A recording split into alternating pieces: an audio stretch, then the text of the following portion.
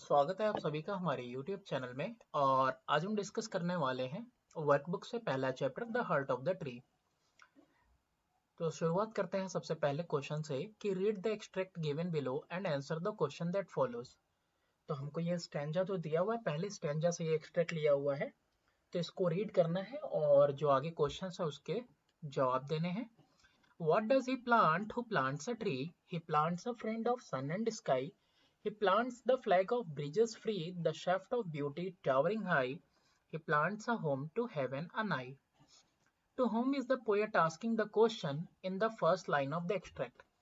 सवाल किससे पूछ रहा है? जो पहली लाइन में एक्सट्रैक्ट के जो सवाल पूछा जा रहा है वो किससे पूछ रहा है poet? Mention any two things according to the extract that man will do by planting trees.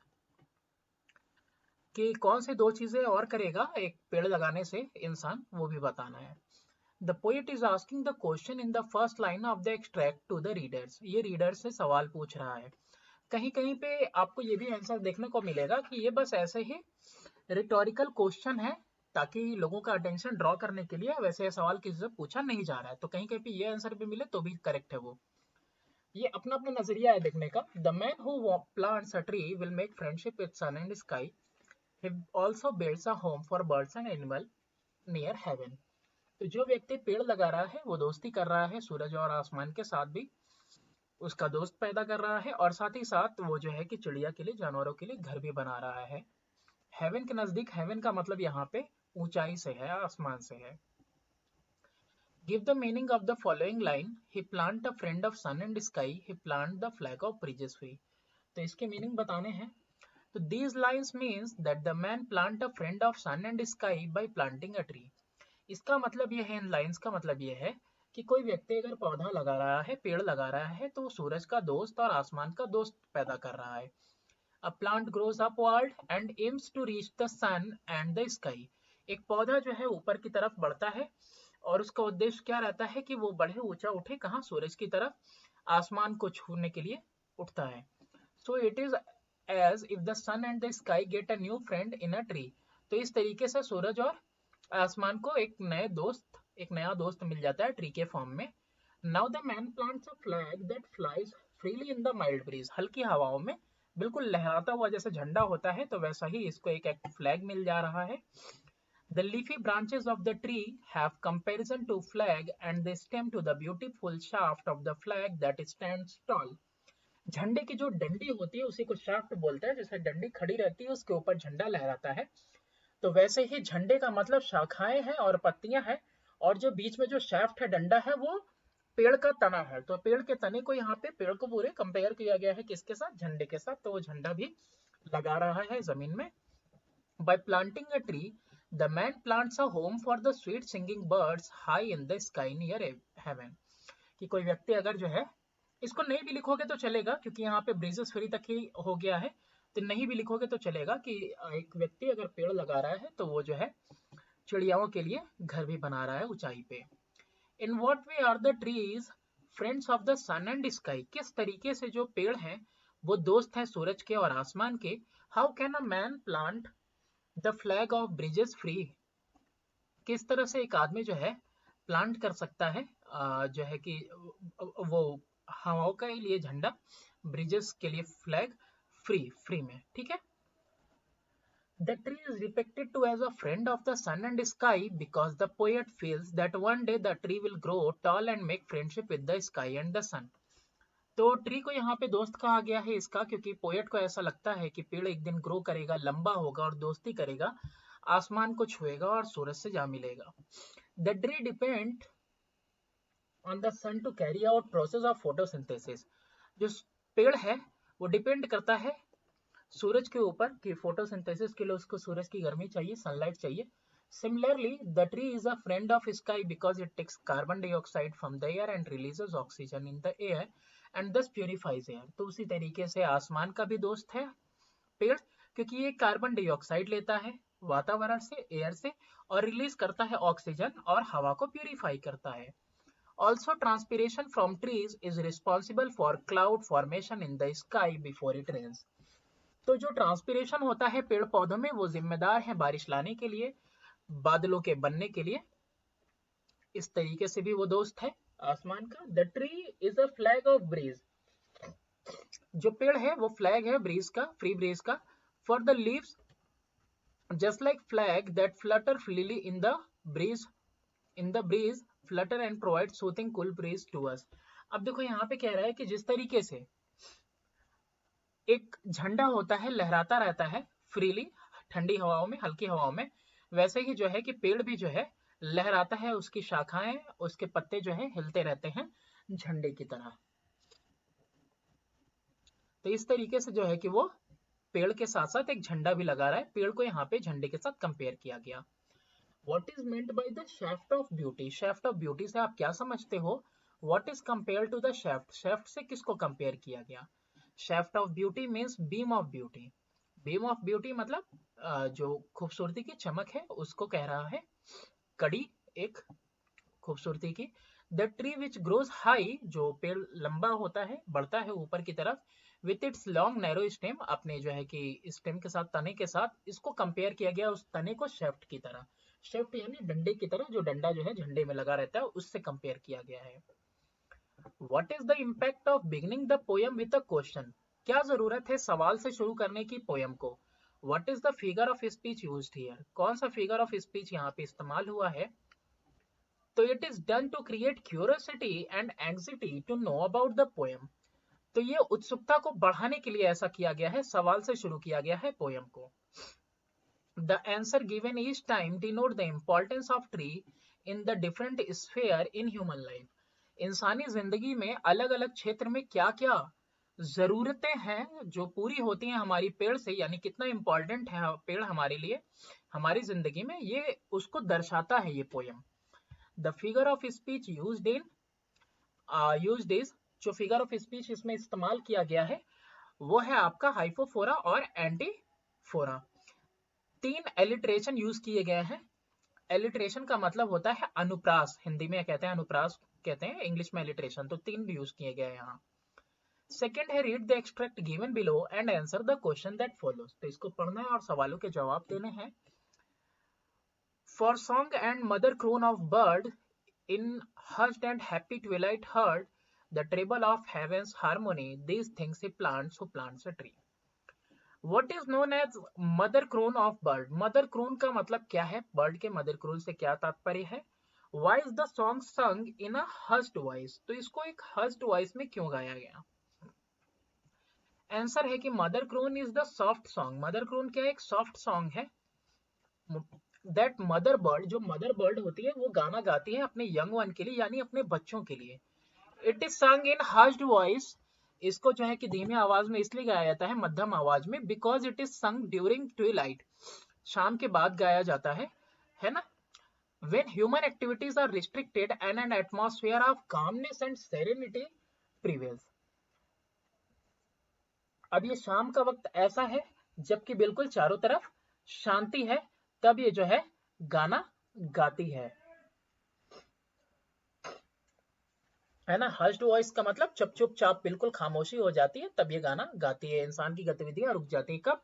जब शाम ढल जाता है तब, यानी चारों तरफ बिल्कुल शांति रहती है। What is Twilight? ट्विलाइट का मतलब क्या है? Why is it happy Twilight? और ये हैप्पी ट्विलाइट क्यों कहा गया? It is a dim light at the end of the day. दिन के खत्म होते होते जब लाइट मध्यम हो जाती है, यानी कि सूरज डूब जाता है, तब की बात कर रहा है। सूरज डूब रहा है, sun goes down. It is a happy twilight. ये हैप्पी ट्विलाइट इसलिए है, ये जो हल्की रोशनी है हैप्पी इसलिए है, because when the mother bird sing song to her baby, then her soft song make the universe a pleasant and a calm evening and makes the nature happy. क्योंकि जो मदर बर्ड है ना, जब वो गाना गाती है अपने बच्चे के लिए, तो वो जो उसकी मुलायम सॉफ्ट आवाज है ना, वो पूरे यूनिवर्स को जो है कि बिल्कुल खुश कर देती है, प्लेजेंट बना देती है। और ये जो शांत शाम है ना, उससे जो है, उसमें जो है कि नेचर जो है, प्रकृति बिल्कुल खुश हो जाती है इसकी आवाज से। What is meant by treble heaven's harmony? What role does the treble play in the heaven's harmony? क्या मतलब होता है ट्रेबल का और हेवेंस हार्मोनी का, और साथ ही साथ क्या रोल प्ले करते हैं ट्रेबल हेवेंस हार्मोनी में? ट्रेबल का मतलब होता है high tone in music. Treble का मतलब क्या है? हाई टोन का इस्तेमाल म्यूजिक में Heaven's harmony is the way in which different musical notes are played or sung together and combined to make a pleasant sound. तो यहाँ पे जो हेवेंस हार्मोनी है यानी सद्भावना रूप से जो है कि बिल्कुल म्यूजिकल नोट्स वगैरह को प्ले किए जाना है ना, कंबाइन करके, ताकि एक जो है खुश करने वाली खुशनुमा आवाज निकले. The treble produced by mother croon sinks into the pleasant harmony of the universe. जो ट्रेबल प्रोड्यूस होता है ना मदर क्रोन से, जब वो गाना गाती है अपने बच्चे के लिए, तो वो जो है कि बिल्कुल खुशनुमा जो है कि सद्भाव देती है यूनिवर्स को. In this lesson, under the heading style, the meaning of metonymy is given. Give 2 example of metonymy from the extract, how it is used in the context. तो यहाँ पे इस लेसन में जो हेडिंग स्टाइल है यानी मेनाटोमी वो दिया गया है, तो इसमें 2 एग्जाम्पल बताने हैं. तो पहला एक है मदर क्रोन ऑफ बर्ड. इसका मतलब ये होता है, it means when the mother bird sing song her to her baby then her soft sound make that a time a peaceful evening. जब जो मदर क्रोन यानी माँ है, वो जो अपने बच्चे के लिए, यंग वंस के लिए जो है गाना गाती है चिड़िया, तो क्या होता है कि उसका जो साउंड है ना, मुलायम सॉफ्ट साउंड है, वो जो है कि बिल्कुल जो है कि खूबसूरत बना देता है, शांति भरे शाम को एक पीसफुल इवनिंग बना देता है. हेवेंस हार्मोनी, इसका मतलब क्या है कि it means that the tone of mother bird, जो टोन है मदर बर्ड का, वो नेचर को पीसफुल बना रहा है. जैसे कि कोई जगह हो, प्लेस ऑफ गॉड है ना, जहाँ पे मतलब गॉड का प्लेस हो, बिल्कुल शांति हो, समृद्धि हो, उस तरीके का है ना, कोई शोर शराबा नहीं, इत्मीनान, चैन, सुकून, वैसा. नेक्स्ट है आपका 5th वाला, give 4 function as which a tree performs on his earth. Earth पे 4 फंक्शन कौन कौन सा परफॉर्म करता है पेड़. प्लांट हमको देता है ऑक्सीजन, जो कि एसेंशियल है ह्यूमन बीइंग के लिए, हम लोग सांस लेते हैं उसी से. Plant cause rain after the formation of cloud which balance the water cycle. Water cycle के बैलेंस के लिए जो है बादलों का होना जरूरी है, और बादल बनते किससे हैं, पेड़ों से. बनने में मदद मिलती है बादलों को पेड़ों से, और बारिश लाते हैं पेड़. The plant absorb the carbon dioxide from air which reduces the green house effect. और जो पेड़ होते हैं ना, वो एब्जॉर्ब करते हैं कार्बन डाइऑक्साइड हवाओं से, और जिसकी वजह से ग्रीन हाउस इफेक्ट यानी कि जो टेम्परेचर है, ग्लोबल टेम्परेचर, वो कम होता है. The plant gives food which is suitable for all living being. यानी कि पेड़ जो है हमको खाना पीना प्रदान करते हैं जो सारे जीव जंतुओं के लिए सुटेबल है. थर्ड है, read the extract given below and answer the question. अब ये थर्ड है, अब इसको पढ़ना है और सवालों के जवाब देने हैं. He plants cool shade and tender rain and seed the bud of days to be and years that fade and flush again. He plants the glory of the plain. He plants the forest heritage, the harvest of a coming age, the joy that unborn eyes shall see. तो इसका explanation तो already video में मौजूद है. तो question देखते हैं. Enumerate any 3 benefit of planting trees as suggested by the poet in extract. कि एक्सट्रैक्ट के अंदर 3 बेनिफिट बताने हैं जो कि पेड़ों से हमको मिलेंगे, जो पोएट ने बताया है. What do the plant do to provide cool shade in place. तो क्या करते हैं पेड़ पौधे ठंडी छांव प्रदान करने के लिए एक जगह पे. Trees provide shade for the people who are sitting under its cool shade. तो पेड़ क्या करते हैं, छांव देते हैं लोगों को जो उसकी छांव में बैठे हैं. Due to transpiration of the tree water cycle remains maintained. और ट्रांसपीरेशन की वजह से जो वाटर साइकिल है वो बिल्कुल मेंटेन रहता है. प्लांट एब्जॉर्ब करता है कार्बन डाइऑक्साइड और ऑक्सीजन बाहर देता है, जो कि नेसेसरी है जिंदगी के लिए.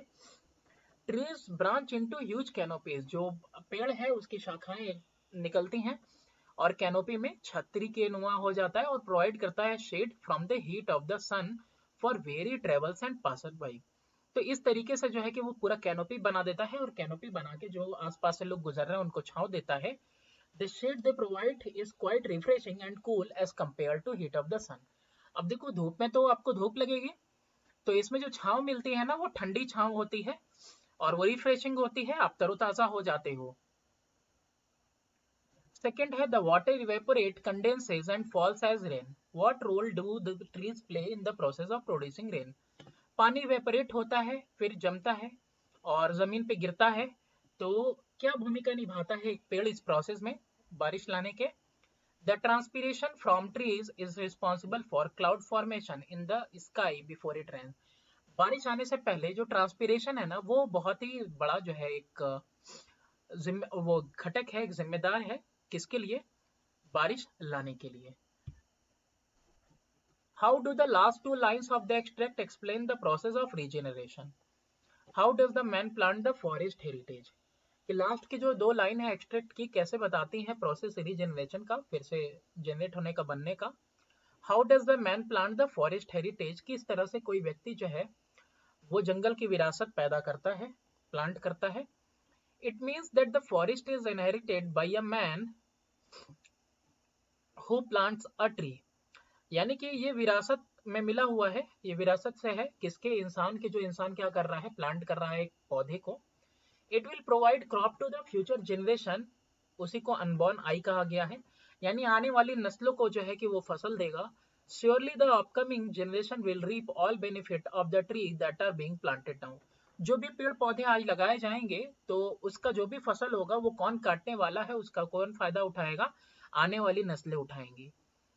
The poet wants to explain that one who plants trees paves a way for the many more seeds and birds that will grow into numerous trees, contributing the forest wealth, and thus man plant forest heritage. जो poet है वो ये explain कर रहा है कि जो व्यक्ति पेड़ लगा रहा है तो वो एक रास्ता बना रहा है और भी ज्यादा बीजों के उत्पन्न होने के लिए, कलियों के लिए, बर्ड्स के लिए, वो आगे चल के बड़े होंगे और फिर फलेंगे, फूलेंगे और ढेर सारे और पेड़ पौधे उगेंगे उससे, और जो है कि जंगल का खजाना बनेगा इससे। तो इस तरह से एक जो इंसान व्यक्ति पेड़ लगा रहा है वो जंगल की विरासत है। How does the tree provide for the harvest of the following year, तो किस तरह से पेड़ पौधे जो है कि फसल दे रहे हैं आने वाले साल के लिए। When we plant a small tree, जब एक छोटा सा पौधा हम लोग लगाते हैं, it will take time to grow, उसको तो वक्त तो लगेगा जमने में, and provide us with wood, timber, fruit and medicine, और उससे लकड़ी वगैरह, टिम्बर मिलेगा, फल फूल और दवाइयाँ मिलेंगी। The one who plants a tree plants the entire forest, तो जो एक व्यक्ति एक पौधा लगा रहा है दरअसल वो पूरा जंगल लगा रहा है। This forest is thus the harvest the future generation can enjoy, तो ये जो जंगल है ना, यही वो फसल है जो आने वाली नस्ल जो है इंजॉय करेगी, इसका फायदा उठाएगी। What does the expression unborn eyes indicate, ये जो एक्सप्रेशन है अनबॉर्न आइज, ये क्या इंडिकेट करता है, क्या दर्शाता है? What will they see that would bring them joy, और क्या चीज वो देखेंगे जिससे कि उनको खुशी होगी। Unborn eye indicate to the children who are yet to be born on the earth, that is future generation। Unborn I का मतलब ये है कि वो बच्चे जो कि अभी पैदा नहीं हुए हैं, जो आगे आने वाली नस्लों में अभी पैदा होंगे। They will see the beauty of trees, खूबसूरती देखेंगे पेड़ पौधों की। इंजॉय द टेस्टी फ्रूट्स और फूड्स, जो खान पान है और जो फल फूल हैं जो बेहतरीन है, लजीज है, वो सब वो जो है इस्तेमाल करेंगे, टेस्ट करेंगे, फायदा उठाएंगे। फ्रेश एयर, कूल शेड्स, ठंडी हवा मिलेगी, फ्रेश ताजी हवा मिलेगी, ठंडा छांव मिलेगा, बारिश मिलेगी और भी बहुत सारी चीज मिलेंगे। It will also give relief from various disease, बहुत सारी बीमारियों से भी बचाएगा। तो ये चीजें वो देखेंगे जिससे उनको जॉय मिलेगा। लास्ट है कि read the extract given below and answer the question that follows. तो यहाँ पे जो है कि ये लास्ट स्टेंजा है, थर्ड स्टेंजा है कि he plants in sap and leaf and wood in love of home and loyalty and forecast thought of civic good, his blessing on the neighborhood, who in the hollow of his hand holds all the growth of all our land, a nation's growth from sea to sea, stir in his heart who plants a tree. Poet says, poet कहता है, he plants in sap and leaf and wood, वो sap उगा रहा है, leaf और wood उगा रहा है। Which figure of speech is used here, कौन सा फिगर ऑफ स्पीच यहाँ इस्तेमाल हुआ है। Explain its usages with two other example, दो दूसरे एग्जाम्पल जो कि पोएम में से ही लेने हैं आपको, उससे एक्सप्लेन करो। Metonymy is the figure of speech use here, तो मेटोनेमी का इस्तेमाल किया गया है। The whole poem runs on a series of metonymic association of a tree with its qualities. पेड़ जो है ना, जो पोयम है बहुत सारे जो है कि मेटाटोनिमिक जो है कि फिगर स्पीच को जोड़ा गया है पेड़ के क्वालिटीज के साथ। जो पेड़ की क्वालिटीज हैं उनको जो है कि मेटानाइमिक टोन में बताया गया है। According to the poet, poet के हिसाब से, the one who plants a tree plants cool shade, यानी कि वो ठंडी छाया, cool shade, tender rain, a friend of sun and sky, the forest heritage, sap and leaf and wood. तो ये सब कुछ जो है कि दूसरे एग्जाम्पल्स है किसके, मेटोनाइमी के, जो कि इसमें इस्तेमाल किए गए हैं। What is meant by far cast thought of civic good? Far cast thought से क्या समझते हो जो कि सिविक गुड का है? इन what way is the planters work a blessing? जो प्लांटर यानी जो पेड़ लगा रहा है तो उसका काम किस तरह से एक आशीर्वाद है, एक ब्लेसिंग है? State for home it is a blessing, और किसके लिए ये ब्लेसिंग है, किसके लिए आशीर्वाद है? Farcast thought of civic goods means forcing the wellbeing of the city और सिटीजन। इसका मतलब ये है कि नागरिक अच्छा होने का मतलब ये है, सिविक गुड का मतलब ये है कि फोर्सिंग पहले से ही देख लेना, पहले से ही जानना वेल बींग ऑफ सिटी की, शहर कैसे अच्छा होगा और उसके नागरिक कैसे खुश रहेंगे और कैसे अच्छे होंगे, फलेंगे फूलेंगे। ठीक है, फारकास्ट का मतलब सिविक गुड्स यानी कि नागरिकों के लिए जो अच्छा है उसको पहले ही से जान लेना, शहर के लिए जो अच्छा है। Planter plant a tree so that human being can get food from plant sap and leaves and continue their race. Planter क्या करता है, पेड़ लगाता है ह्यूमन बींग्स के लिए, उससे जो है फायदा उठाते हैं प्लांट के सेप से और जो उसकी पत्तियों से, और वो अपना जो है कंटिन्यू करते हैं अपना रेस, आगे निरंतर चलते रहते हैं। इस तरीके से प्लांटर का जो काम है वो एक ब्लेसिंग है, आशीर्वाद है ह्यूमन काइंड के लिए। Therefore the man who plant a tree, जो आदमी जो है प्लांट कर रहा है tree, has been described as god like, कि वो भगवान की तरह है। It is a blessing for the neighbourhood and for the entire mankind, अपने आसपास के पड़ोसियों के लिए और साथ ही साथ पूरी इंसानियत के लिए ये क्या है, एक तरह का आशीर्वाद है, ब्लेसिंग है पेड़ लगाना। Give the meaning of the following lines, who in the hollow of his hand holds all the growth of our land। इसका मीनिंग क्या है लाइन का? तो he who in the hollow of his hand, someone who plant a tree is in the hand of God, कि भगवान के हाथ में है कि कौन पेड़ लगाता है, और जो लगा रहा है he is the only man who hold the future growth, वो भविष्य की कमान जो है इसके हाथ में है फ्यूचर ग्रोथ की। If he has not planted the trees, land will become barren without trees, the growth of universe is possible only by planting trees। जिस व्यक्ति ने पेड़ लगाया है, अगर पेड़ नहीं लगाया जाएगा तो भाई बंजर हो जाएगी जमीन, और बिना पेड़ पौधों के पॉसिबल ही नहीं है कि यूनिवर्स सरवाइव कर सके, दुनिया रह सके। ये थर्ड वाला था। Fourth, in what way are nations growth depend on planting trees, कि जो देश है, देश की जो देश का जो ग्रोथ है, उसका विकास है किस तरह से, पेड़ों पे निर्भर करता है। The man who plant a tree plants the whole world, as the trees do not only beautify the whole world but also provide woods, foods, fruits, timber, medicine, resin, fresh air, and without these things growth of any nation is impossible। एक व्यक्ति जो पेड़ लगा रहा है ना, वो पूरी दुनिया में पेड़ क्या दे रहा है, ना कि सिर्फ खूबसूरती पैदा करते हैं, ना ही सिर्फ जमीन को ही शोभा बढ़ाते हैं, बल्कि लकड़ी है, खान पान है, फ्रूट वगैरह, और भी बहुत सारी दवाइयां वगैरह, और साफ हवा देते हैं। और एक किसी भी राष्ट्र के लिए इन सब चीजों के बिना उस राष्ट्र का जो ग्रोथ है वो इम्पॉसिबल है। Comment on the appropriateness of the title of the poem the heart of the tree. तो आपको बताना है कि ये जो हार्ट ऑफ द ट्री है, ये किस तरीके से ये जो टाइटल दिया हुआ है इस पोयम को, वो the heart is one of the important organ of human being. जो दिल होता है इंसान का बहुत ही जो है कि इम्पॉर्टेंट, बहुत ही मुख्य अंग है, ऑर्गेन है।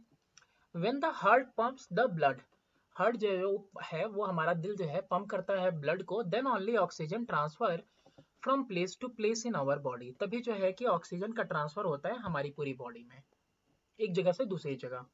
In this process, trees also have some responsibilities। इस प्रोसेस में जो पेड़ पौधे हैं ना, उनकी भी कुछ जिम्मेदारियां हैं। कैसे? A tree absorbs carbon dioxide from the air and gives out oxygen which inhaled by us। तो यहाँ पे जो ट्री है वो एब्जॉर्ब करेगा कार्बन डाइऑक्साइड, वो जो है एयर से, और ऑक्सीजन देगा जो हम लोग इनहेल करते हैं, यानी जो हम लोग सांस लेते हैं। Trees like human heart provide us with SAP and leaf and would. जो पेड़ पौधे होते हैं ना, इंसानी दिल की तरह ही हमको सैप देते हैं, ये लिक्विड होता है जो सिक्रीट होता है पेड़ों में, पत्तियां देते हैं, लकड़ियां देते हैं, यानी कि all the required mineral nutrient and material thing, सारी चीजें जो मिनरल्स, खाद्य पदार्थ वगैरह जो हमारे लिए जरूरी है, मटेरियल थिंग्स हैं, वो सब कौन देता है? पेड़ पौधे दे रहे हैं, दिल की तरह, जैसे दिल देता है किसको? पूरी बॉडी को। The heart here the signifies the most important quality of the tree. तो यहाँ पे जो दिल है ना, वो दर्शा रहा है, सिग्निफाई कर रहा है इंपॉर्टेंट क्वालिटी किसकी? पेड़ की। तो यहाँ से हम कंक्लूड कर सकते हैं कि जो टाइटल है वो बिल्कुल सटीक है, अप्रोप्रिएट है, as the poem is about trees. पेड़ों के बारे में ही ये पोयम है, एंड देयर इंपॉर्टेंस, और उनके इंपॉर्टेंस के बारे में कि क्या उनकी विशेषता है हमारे जीवन के लिए। सर्वाइवल के लिए।